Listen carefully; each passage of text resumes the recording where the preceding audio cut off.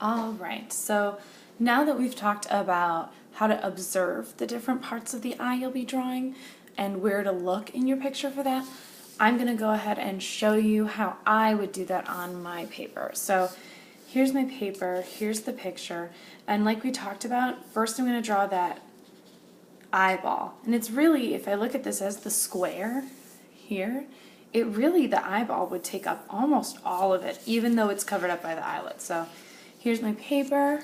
Can you see that? All right. I'm going to draw the big eyeball, and so I'm sketching, right? It's light and it's not perfect, but I want to get something down so I have it to work with. Artists sketch all the time. This is definitely not me pushing hard with the pencil like when I'm writing. I'm holding it looser and I'm just going with it. So I've got a circle. Now I'm going to look at my picture, and like I did last time, I'm going to do the iris next, and then the eyeball, or the iris and then the pupil. So the pupil's up in the top corner, so it's kind of like that horse is looking up in my picture. So there's that guy, the pupil, and then I'm going to come down here, and it's pretty big because you can't even see the difference in color. So this again would be my iris, this would be the pupil, and then this is just the eyeball.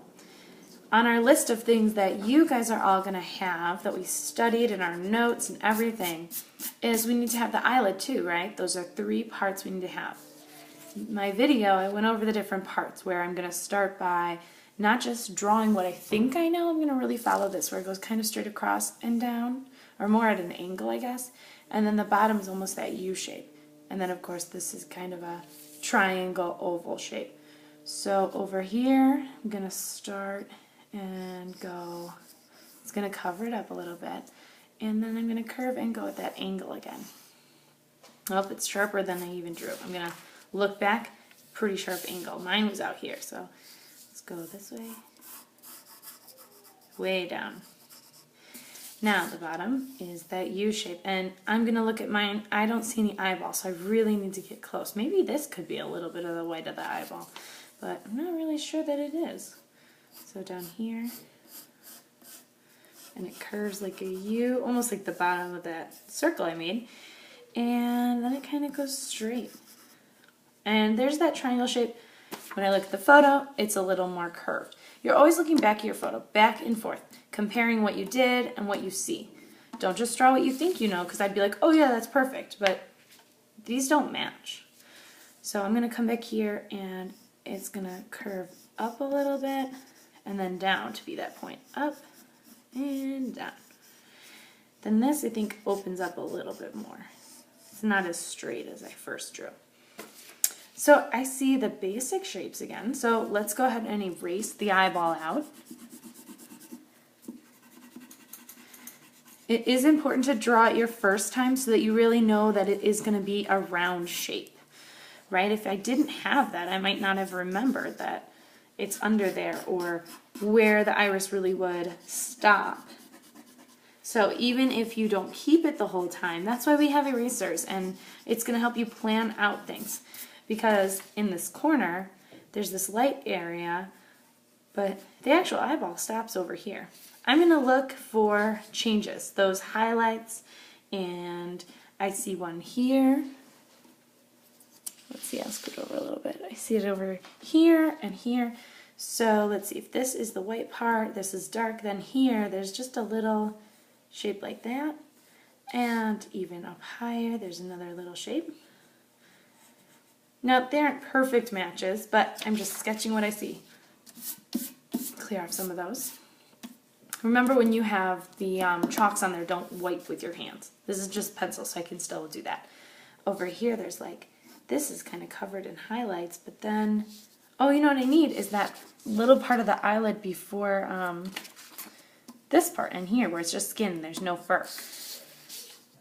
I never even thought about that part. Even on our eyes, we have an area that doesn't have eyelashes, you know, it doesn't go straight to eyelashes touching your eye. There's a little area with some skin that protects your eye from the hairs. Nobody likes getting a hair in their eye. And it kind of fades out here with a highlight. So I'm looking back and forth still. Now I'd be able to add the highlight in over here. It's about here is some, and then it kind of goes out more like a square. And I see this little shape. It's kind of a little half circle shape, and I'll put that in. Maybe I need to erase some of this a little bit. But there's this pretty shape. And then I can look at where the eyelashes are, and just like I did the first sketch, I'm going to just kind of say that the eyelashes go off the page. I'm not drawing each individual hair in. I'm just kind of blocking it out, saving this space so that I remember to put eyelashes in it later. That's where I see the eyelashes on my picture. Down at the bottom there'd be more, and then I'm going to sketch where that highlight is. Your drawing in the end is going to be the charcoals. So if I draw every little hair right now, I'm just going to come over it with the chalk, and it's not going to show. So please don't waste your time on details like this.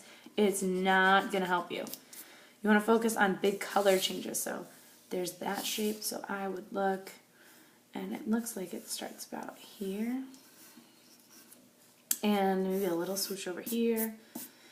It may look silly when you start adding all these highlights, but later on when you look back and forth, you might find yourself going, oh, why do I have this shape drawn in here?